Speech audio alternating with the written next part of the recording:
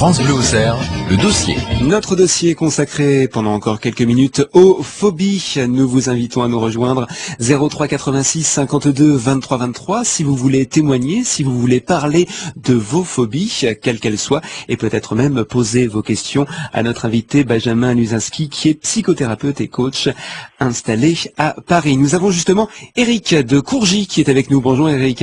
Bonjour Johan, bonjour à tous. Ça va bien? Très bien, merci. Alors vous avez une phobie? Oui, c'est plus qu'une phobie, c'est une arachnophobie. Arachnophobie, peur des araignées. Bienvenue au club, Eric. Alors, comment est-ce que ça se manifeste? On va peut-être essayer d'aller directement à la source du problème. Est-ce que vous savez ce qui a déclenché cette phobie? Bah écoutez, je n'en ai aucune idée puisque petit, je n'avais pas particulièrement peur des araignées, étant plutôt dans un milieu rural. C'est vrai qu'on a l'habitude d'en voir à chaque saison et notamment en septembre, lorsqu'elles rentrent dans les maisons. C'était pas une peur, et en plus je me souviens qu'à mon époque, quand j'étais plus jeune, elles étaient beaucoup plus grosses qu'aujourd'hui. Mais petit à petit, je sais pas, cette phobie s'est développée. Pourquoi? Je n'ai pas d'explication logique ou illogique, mais simplement c'est une réalité. Je suis devenu un véritable arachnophobe et je reste pétrifié devant ces monstres qui pour moi n'ont aucune utilité, quoi. Voilà. Aucune utilité publique pour les araignées. Voilà. Qu'on dit souvent que dans une maison saine, les araignées sont les bienvenues, mais ce n'est pas mon cas, voilà. Qu'est-ce qui se passe lorsque vous voyez une araignée? Bien écoutez, je crois que c'est une sorte de paralysie en fait, tout simplement, une paralysie émotionnelle, enfin en tout cas qui me bloque véritablement. Alors quelquefois c'est vrai que on tombe dans des situations assez rocambolesques, lorsque vous êtes dans une pièce face à une araignée qui est elle-même près de la porte d'entrée ou sur votre lit, que faire? Donc la question se pose. Donc moi j'ai plutôt tendance à quitter les lieux qu'à la tuer. Désolé pour ceux qui aiment les petites bébêtes comme les araignées, mais c'est vrai que j'ai du mal à les tuer. Il m'arrive quand même de les tuer quelquefois. J'y arrive de plus en plus parce que je prends sur moi, mais enfin c'est vrai que j'habite une maison, il y en a particulièrement grosses et donc c'est assez effrayant. Est-ce que vous avez déjà essayé de vous faire aider justement pour venir à bout de cette phobie? Oui, alors je me fais aider avec des produits pour les tuer elles.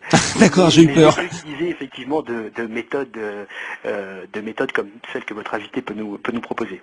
Benjamin Nuzinski, à propos de notre ami arachnophobe, que conseiller justement pour essayer de venir à bout de cette phobie des araignées? Alors, il y a beaucoup de protocoles de thérapie qui sont efficaces sur le traitement des phobies, que ce soit les araignées ou d'autres phobies. Le plus connu, c'est ce qu'on appelle les TCC, les thérapies cognitives et comportementales. Donc ça, on trouve des thérapeutes dans toute la France. C'est assez facile de suivre une thérapie. Généralement, ça dure sur une vingtaine de consultations et c'est vraiment une thérapie qui est très efficace. C'est-à-dire que pour peu qu'on suive bien les séances, qu'il y ait un travail de la part du patient et que le psy ait une bonne attitude constructive, généralement, on s'en sort très bien. Alors, il y a un autre modèle de thérapie que je conseille très fortement à vos auditeurs, à tous ceux qui souffrent de phobie, c'est ce qu'on appelle la thérapie systémique, qui est un petit peu moins connue, mais qui est encore plus efficace. Elle est tellement efficace que sur des phobies complexes, généralement l'horizon thérapeutique, c'est-à-dire le temps de thérapie, avoisine une dizaine de consultations. C'est-à-dire qu'en 2 mois et demi, c'est tout à fait possible de travailler sur une phobie et de s'en débarrasser. Et puis, le dernier moyen qui existe et qui est très, très connu, ce sont les médicaments. Ça peut bien fonctionner, en tout cas ça apporte un confort de vie, mais il ne faut pas rester dans une dépendance médicaments et pallier en fait le problème, le cacher simplement. Donc si jamais la phobie ne disparaît pas après avoir pris des anxiolytiques ou un antidépresseur, c'est important de consulter et d'abord de privilégier ces deux approches, les TCC, la thérapie systémique. Il y en a d'autres qui marchent, la PNL ça marche pas mal, la Gestalt thérapie également, mais d'abord ces deux moyens parce que ce sont les plus sûrs et puis les plus rapides. Il se peut qu'on n'arrive pas à soigner une phobie? C'est excessivement rare. Excusez-moi, vous parliez de thérapie systémique? Oui, Eric. La thérapie systémique, tout à fait. Oui. Alors c'est une thérapie qui est née dans les années 70 et qui s'est fait très rapidement connaître justement à cause de ses résultats sur les phobies, les crises d'angoisse et les TOC et les obsessions également, donc des problèmes qui sont assez proches. puisque, par exemple, sur le traitement des phobies complexes, donc ce sont des phobies qui ont une intensité plus grande que celle de votre auditeur et surtout un peu plus large, on est sur des résultats qui avoisinent les 80% de rémission complète, ce qui est vraiment exceptionnel pour une thérapie. On a 10% d'amélioration notable à peu près et seulement 10% d'échecs. Et il faut bien comprendre que les échecs, on va dire les 10-20% de flottement, sont surtout liés à des abandons de thérapie. Mais ce sont des thérapies qui sont vraiment très efficaces. On ne peut pas dire ça de tous les problèmes en psychologie, mais au moins sur les phobies, c'est le cas. Mais pardonnez-moi, mais ça consiste en quoi précisément? Que fait-on aux patients? Alors, ça va être... Eric a peur, j'ai l'impression qu'il y a quand même une petite frayeur aussi. Moi-même, si j'en vois une sur un journal ou à la télévision, enfin, je suis complètement arachnophobe. Donc, vous parliez de médicaments, j'en ai pris, ça ne m'a jamais empêché d'avoir peur des araignées. Alors, ça marche. Comme je vous le disais, ce n'est pas ce que je conseillerais en premier. Oui. Le résultat n'est pas systématique avec les médicaments. En fait, la thérapie systémique, comme les TCC, fonctionne essentiellement à base de ce que l'on appelle les prescriptions de tâches.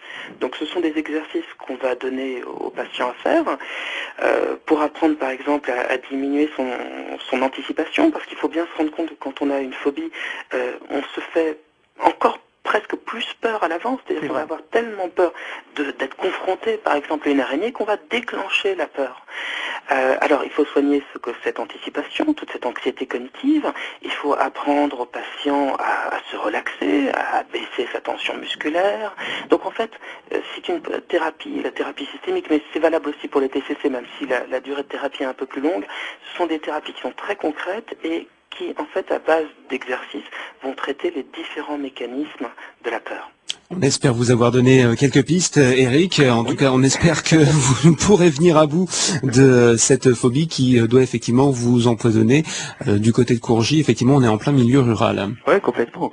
Et c'est vrai que face à une araignée, on ne peut pas faire grand-chose. L'araignée, même si c'est la petite bête qui ne mangera pas la grosse, mais c'est vrai qu'elle impressionne toujours. Voilà. Merci de votre témoignage, Eric. On vous souhaite une bonne journée. Merci, bonsoir. À bientôt, au revoir. Un autre témoignage, mais par SMS cette fois-ci, c'est Olivier à Saint-Martin-du-Tertre qui nous dit que lui, il a peur de l'autorité, point de suspension.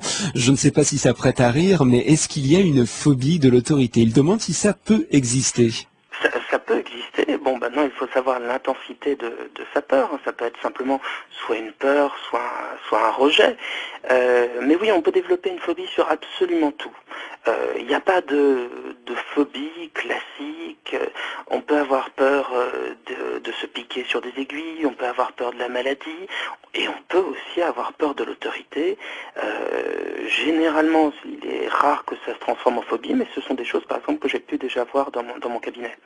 Alors, je vais revenir sur les différentes méthodes pour venir à bout des phobies. On parle, et on m'a parlé, puisque moi-même étant arachnophobe, on m'en a parlé, de l'hypnose. Comment ça fonctionne? Alors, l'hypnose fonctionne à deux niveaux sur le traitement de la phobie. Donc, ça fait partie aussi des techniques qui sont à conseiller, mais comme toujours, toujours essayer d'abord de faire TCC, thérapie systémique, simplement pour des questions de sûreté. Mais la phobie, donc c'est quelque chose, l'hypnose, c'est quelque chose que j'utilise par exemple avec mes patients. Tout à fait. Ça a deux gros intérêts. Le premier, c'est que c'est un excellent exercice de relaxation et que parvenir à cet état de relaxation est un très bon apprentissage pour lutter contre sa phobie. Et puis, d'une manière générale, ça permet de changer des comportements qui assez classiquement sont inconscients, comme la peur, et de les faire évoluer. Donc ça, on a effectivement de très bons résultats avec l'hypnose. Je me souviens aussi d'un reportage sur la réalité virtuelle, le fait de mettre les patients face à leur phobie, mais de manière progressive, alors que ce soit les araignées, que ce soit l'altitude. Est-ce que ça fonctionne encore de nos jours? Est-ce que c'est très répandu? Alors non, ce n'est pas très répandu. C'est répandu par exemple pour traiter la phobie de l'avion. De grandes compagnies aériennes ont recours à ce genre de technique. Avec des simulateurs, c'est ça? Exactement, des simulateurs.